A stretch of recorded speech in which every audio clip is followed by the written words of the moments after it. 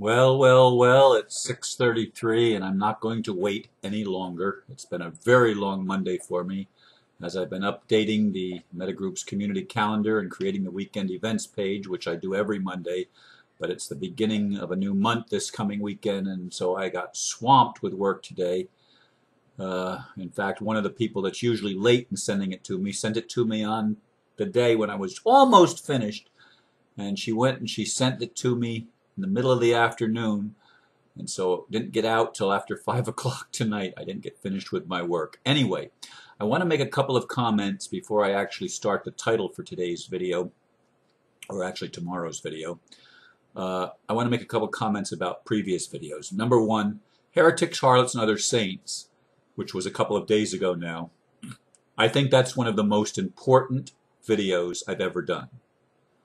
I've listened to that probably more than I've listened to any video that I've ever recorded, because there's so much there in what I read and shared from what Lori sent me that morning that I did the video, which was last Friday. There's just so much there that talks to me, and I wish it would talk to more people. Second thing I want to talk about is about today's video, Monday's video, Healing the Inner Teenager. I got this message this morning before 8 o'clock in the morning my time, and it means a lot to me. It started out with a question. Wonder what you think about this quote from Neville Goddard. The spiritual man speaks to the natural man through the language of desire. What do I think about it? I think that, as I said in that video, that the natural man and the spiritual man, if they're not united, there's no wholeness, there's no healing, there's no spirituality in a physical world without the natural man being included, period. If we don't include all of ourself, we don't stand a chance of fulfilling the mission that we're on in becoming physical beings.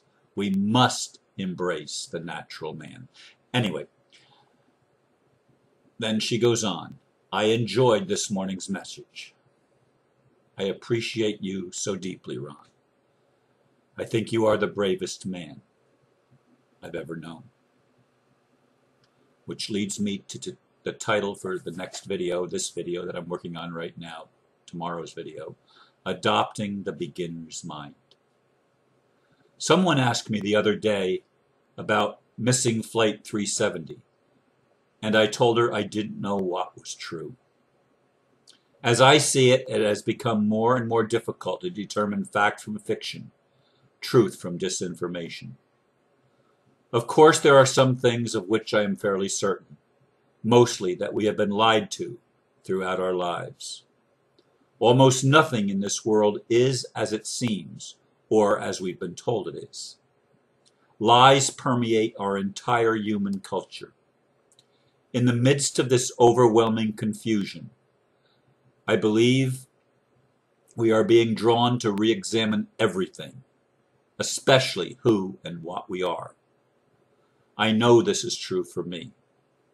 I'm being asked to adopt a beginner's mind, and as much as possible to explore life from a place of innocence, from a place of not knowing or even pretending I know the answers. To do this, I am asked to trust a higher part of myself that has been more latent than active throughout my life. To humble myself by admitting that I do not know the answers or how to find the solutions to the dilemmas I face personally and witness at the collective level.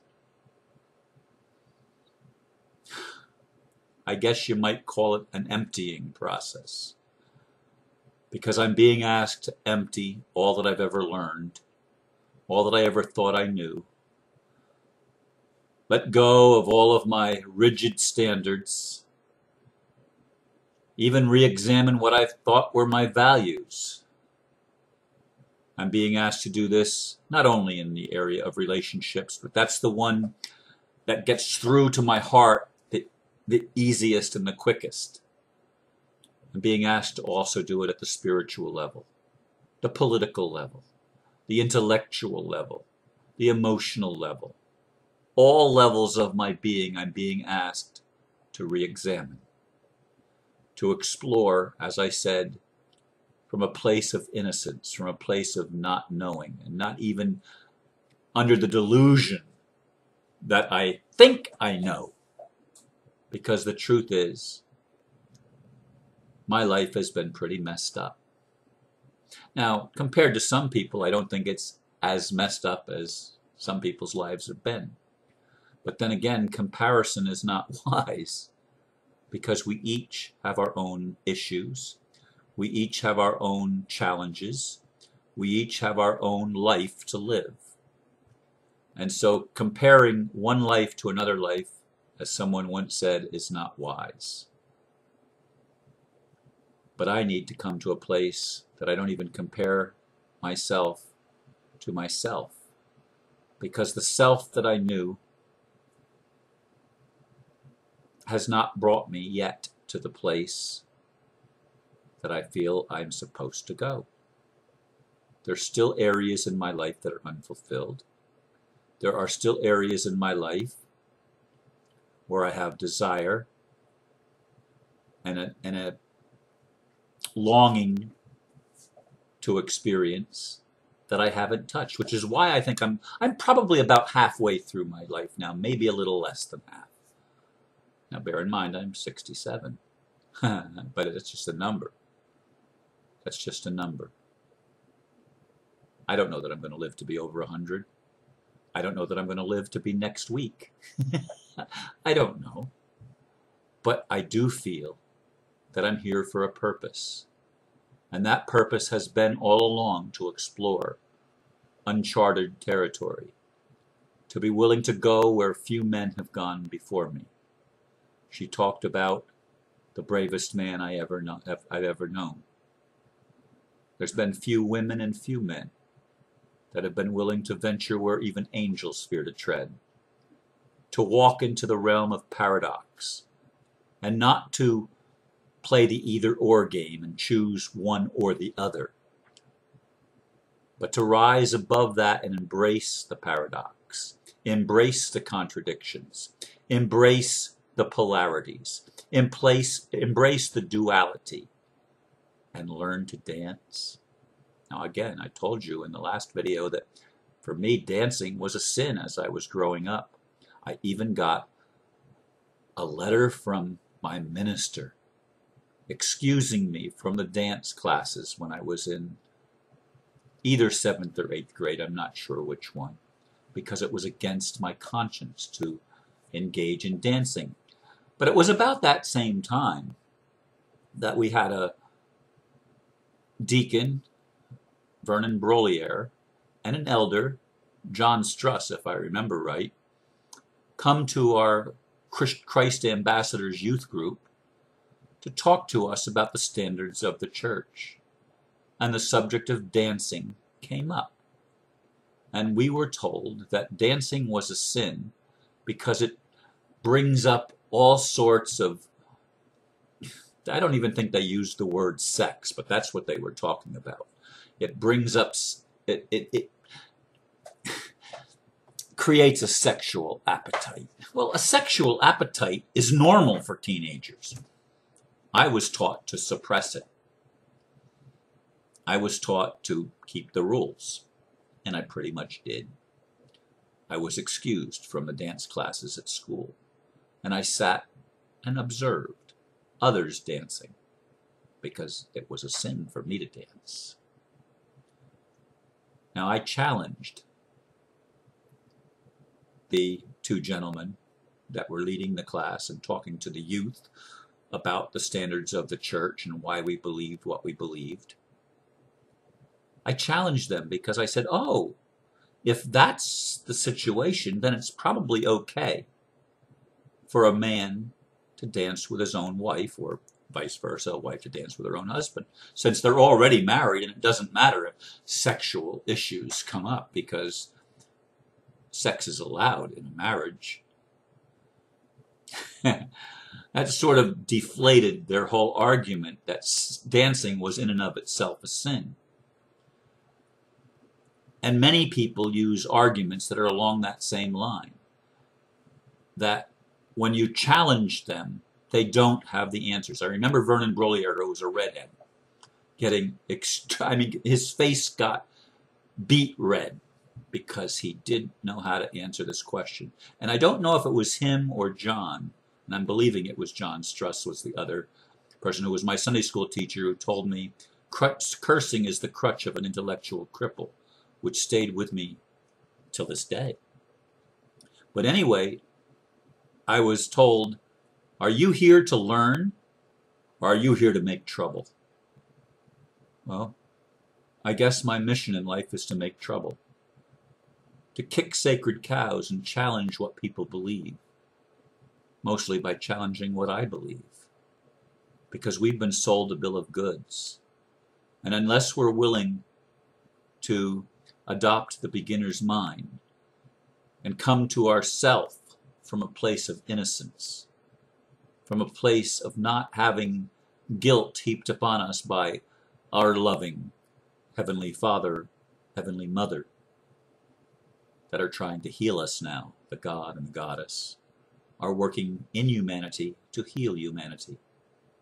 They're calling us, Mother and Father God, to our own wholeness. But in order to experience our own wholeness, we have to let go of all the lies that we've been told, of all the escape mechanisms that we've adopted, of all the patterns that we've developed in our lives to continue to lie to ourselves, to continue to justify wearing a mask and not being authentic and real, not telling the truth to ourselves. And if we don't tell the truth to ourselves, as day follows night, we cannot be true to anybody else.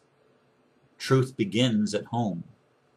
Truth begins with what we say to ourselves. And if we say to ourselves, I have all the answers, I know what's right, I know the truth, do we? Are we telling the truth? Or are we deceiving ourselves? Are we dwelling in our ego? That ego always thinks it knows the right answer. It always thinks it knows better than anybody else. It always thinks it's in charge. I have to lay my ego, not aside. I don't have to destroy my ego.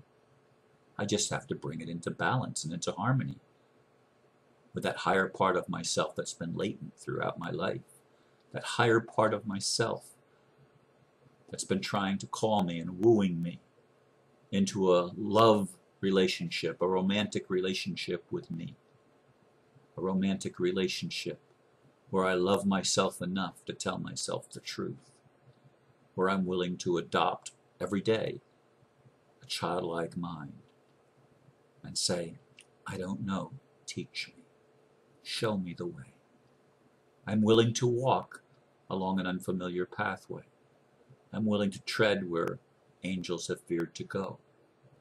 But I embrace my humanity. I embrace my natural man from a spiritual place of wholeness, from a spiritual place of innocence, from a spiritual place of a higher reality, where the ego does not continue to tell its lies and wear its masks, but where the ego dances with the higher self, where the natural man and the spiritual man become one. Oh yes, Neville Goddard was correct. The spiritual man speaks to the natural man through the language of desire. Indeed, it is my desires, when I bring them into balance and when I honor them, not indiscriminately, not wantonly, but with wisdom, with humility, that I honor my desires and say, okay, yeah, I'm a passionate man. I'm a sexual being. I have all of this libido. What am I going to do with it? What am I going to do with it? I'm 67 years old. I don't even know if it works anymore. But I'm willing to explore. And instead of casting people away because they don't measure my checklist of what the ideal partner might be, instead I say, okay, God, you've put this opportunity before me. What am I going to do with it? What am I going to do with this opportunity that you've put before me? She's not my twin flame. Or if she is, she didn't come the way I expected. She didn't come without baggage. I don't know the answer. I don't know the answer. And I think that's the place that we need to get as we adopt a beginner's mind, where we don't know the answer, where we're willing to take a leap of faith, but not a foolish leap, but a wise and discerning leap, understanding that when we touch the realm of human emotion and human passion, we need to do so honestly, not blindly. We need to do so with a sense of awareness, and certainly with great communication skills employed, so that we can describe to each other what it is that we're feeling, what it is that's going on inside of our being, and that we can be willing to be vulnerable and open up and let the reality of our soul be seen, because that's intimacy. Into me see. Into me see. Look, here I am. I have a wounded inner child. I have a wounded teenager. I have a wounded male adult. I'd like to heal that wounded man, boy, teenager. I'd like to heal me and become whole so that I can love as I was designed to love, so that I can fulfill my life and be a light in a world of darkness, so that I can be all that I was created to be, and get beyond the matrix conditioning and brainwashing, get beyond the lies, and to step into the truth of love, of true love, of light, of true light, of life that's fulfilling, and of laughter, being able to laugh at myself for all the mistakes that I've made and will yet make. Laugh at myself for all the times that I thought I had the answer and had to go back again and re-examine who I am and what I am, and discover the one that was there all along, waiting for me to find the treasure hidden in the dark place of my own being. I'm loving life because there's newness that's being birthed within me. And I invite you to allow that life to be birthed in you, so that you can be the man or the woman that you were designed in the beginning to be, so that you can fulfill the destiny of discovering your real identity and knowing that you've been here forever on this journey called humanity, on this journey called manifestation of the spiritual in a physical reality, so that you can realize that you are much more than you can see, than you can touch, taste, feel, hear. Beyond your senses, it requires extrasensory perceptions to know yourself as you really are. Are you willing to adopt a beginner's mind and be taught by that part of you that has lived forever? We're going to do that, and we're going to change the world. Thank you for listening. Namaste.